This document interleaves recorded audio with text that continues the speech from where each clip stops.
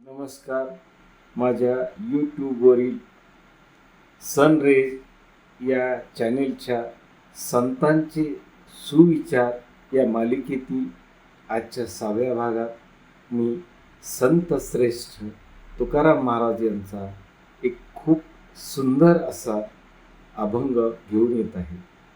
तो अभंग आहे, न लगे चंदना पुसावा परिमळ, वनस्पती मेळ हाकारुनी, अंतरीचे धावे स्वभावे बाहेरी, धरिताही परी आवरेना, सूर्य नाही जागे करीत या जगा, प्रकाश किरणा करमूळ, तुका म्हणे मेघ नाचवी मयुरे, लपविता खरे येत नाही.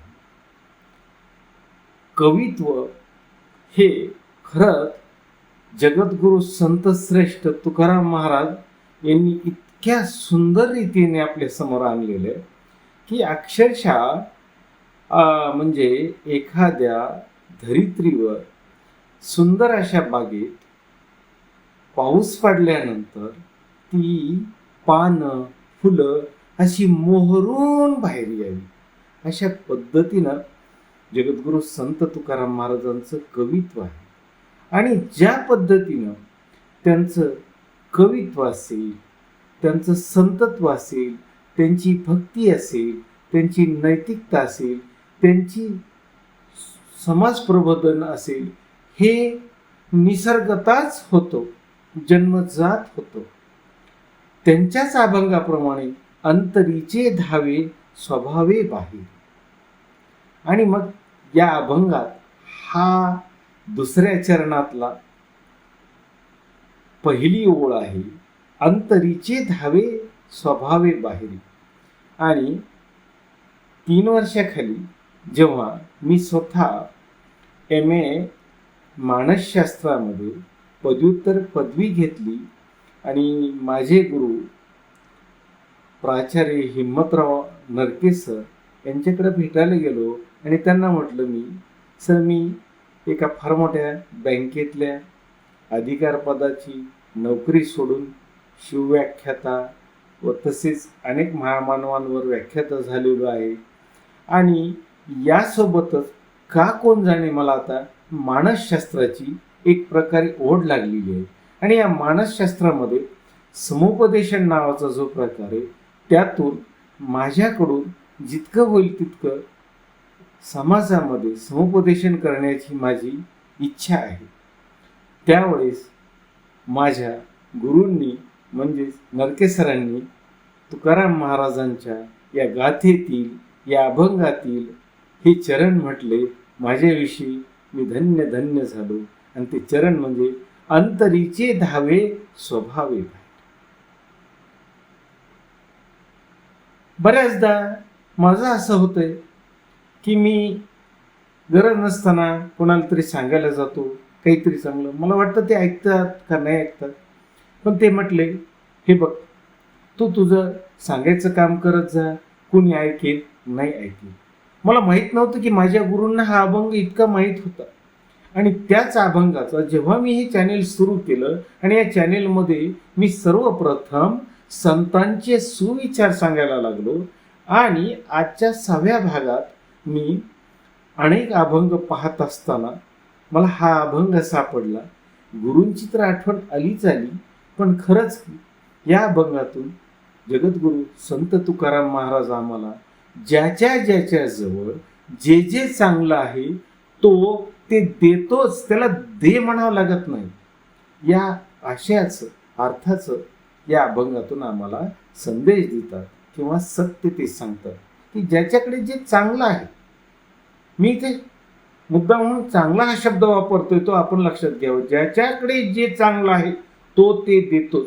मग मी असं इथे सांगणार नाही की कुणाकडे काय वेगळं काय आहे, वाईट असेल, जे जे काय असेल, पण ज्याच्याकडे खरंच चांगलं आहे आणि त्याला ते द्यावं वाटतं तो कोणत्या प्रकाराने देत राहतो. मग घेणाऱ्याने घ्यायचं का नाही घ्यायचं हे ठरवायचं. तर या अभंगातल्या पहिल्या चरणानुसार जगद्गुरु तुकाराम महाराज आम्हाला सांगतात की वनातील चंदनाला म्हणजे चंदनाच्या झाडाला भोवताली असणाऱ्या बोरी बाबळीला आपल्या जवळील सुगंध देण्याकरिता हाका माराव्या लागत नाहीत किंवा सांगावं लागत नाही की माझा सुगंध घेऊन. त्या आपोआप घेतात. कारण ज्याच्या अंतरामध्ये जो स्वभाव आहे तो बाहेर धावायचा. चंदनाच्या झाडामध्ये एक थंड गुण पण आहे आणि अत्यंत अप्रतिम असा त्या झाडांमध्ये सुगंध आहे. तो त्या वनामध्ये प्रसारण होणारच. त्यासोबतच पुन्हा अजून एक सुंदर असं उदाहरण देतात तुकाराम महाराज की सूर्य हा स्वतः प्रांतकाळी लोकांना जागे करत नाही. अगर तो त्यांच्या किरणासही आज्ञा करत नाही की तू लोकांना जागे कर म्हणून. कारण त्याचा सूर्याचा स्वभावच आहे, निसर्गातच आहे की छान प्रकाश किरणे द्यायची. तसंच एक किती सुंदर उदाहरण देतात शेवटच्या चरणामध्ये तुकाराम महाराज. तुका म्हणे मेघ नाचवी मयुरे लपविता खरे येत नाही. की तुकाराम महाराज म्हणतात आकाशामध्ये आलेले मेघ पाहून मोर नाचावयालाच लागायचे. कारण मोरांना नाचावयास लावावे हा मेघांचा स्वभाव आहे. खरी गोष्ट कोणालाच लपविता येत नाही, छपविता येत नाही. निसर्गात ते बाहेरच पडेल.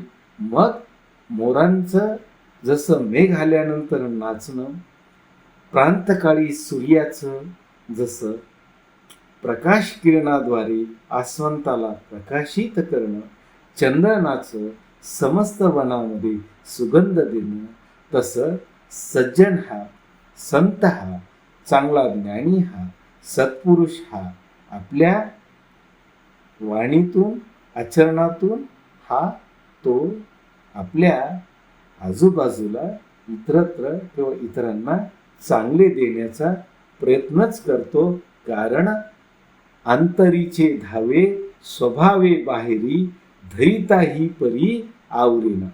तो त्याला किती सुंदर म्हणतात की तो आवरू म्हटलं तरी ते आवरलं जात नाही.